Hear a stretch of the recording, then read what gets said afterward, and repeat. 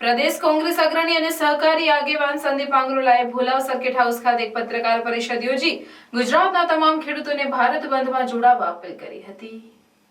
તેઓએ જણાવ્યું હતું કે હાલમાં ખેડૂતો દ્વારા ખેડૂતોને વિવિધ પડતર માંગોને લઈને કિસાન આંદોલન શરૂ કરવામાં આવેલ છે અને આવતીકાલે 16 ફેબ્રુઆરી 2024ના રોજ ભારત બંધનું એલાન ખેડૂતો દ્વારા આપવામાં આવેલ છે।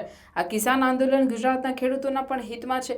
ગુજરાતના ખેડૂતોના પણ અનેક પડતર પ્રશ્નો છે, જેમ કે જમીન સંપાદનનું અયોગ્ય અને અપૂરતું વળતર, નર્મદાના માનવ સર્જિત પૂરમાં નુકસાની અંગે અપૂરતું વળતર, Karjan Tapi river link project અટકેલો છે, પ્રદૂષણના કારણે ખેતી પાકો નષ્ટ થતા કોઈ મદદ નહીં અને એને અટકાવવા કોઈ આયોજન નથી, અપૂરતી વીજળી, સિંચાઈના પાણીથી વંચિત આ જિલ્લો છે, જેથી ગુજરાતમાં અને ભરૂચ નર્મદા જિલ્લાના પણ તમામ ખેડૂતોએ ભારત બંધના એલાનને સમર્થન જાહેર કરી એક દિવસ ખેતીના કામથી દૂર રહી ખેડૂત આંદોલનને સમર્થન આપવા અપીલ કરી હતી। તેમણે વધુમાં જણાવ્યું હતું કે આ ખેડૂત આંદોલનને ખેડ બ્રહ્માના ધારાસભ્ય તુષાર ચૌધરી, મહામંત્રી ગુજરાત પ્રદેશ કોંગ્રેસ અને ખેડૂત અને સહકારી આગેવાન દર્શન નાયક, કોંગ્રેસના વાંસદાના ધારાસભ્ય અનંત પટેલ સહિતના ખેડૂત આગેવાન દ્વારા પણ પોતપોતાના વિસ્તારમાં આ ખેડૂત આંદોલનને સમર્થન આપવામાં આવનાર છે। કપાસના પાક ખેડૂતો મહા મહેનતે પકવે છે, આમ છતાં એને 7,000 રૂપિયાનો ટેકાનો જે ભાવ છે, MSP છે, એ પણ આજે મળતા નથી। ત્યારે એવું તમામ પાકોની અંદર આ સ્થિતિ છે અને એના માટે ખેડૂતો MSPની ગેરંટી માગે છે। મોદી જ્યારે છાટી ઠોકીને ગેરંટીની વાત કરતા હોય, મોદી ગેરંટીની વાત કરતા હોય, ત્યારે આ MSPની ગેરંટી ખેડૂતો માગે છે।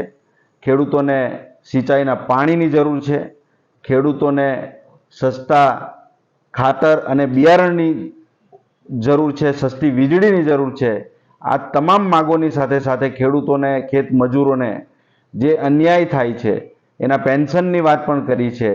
ત્યારે એ તમામ જે 12 મુદ્દાઓનો જે કાર્યક્રમ છે એ અહીંયાથી આપ સૌને ડિસ્ટ્રીબ્યુટ કરવામાં આવેલો છે। એ તમામ માગણીઓને લઈને આવતીકાલે સમગ્ર ગુજરાત, ભરૂચ અને દક્ષિણ ગુજરાત બંધ રહે એના માટેની અમે અપીલ કરીએ છીએ।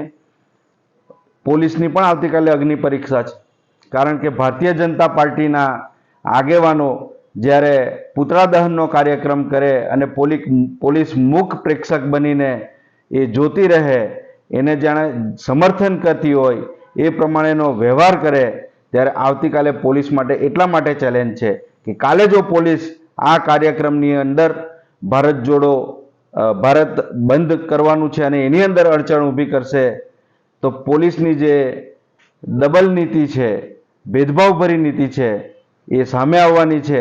અને એના માટે અમે પોલીસને પણ ચેતવવા માગીએ છીએ કે તમે જો વાલા દવલાની નીતિ અપનાવશો તો એ કદાપી ચલાવી લેવામાં નહીં આવે।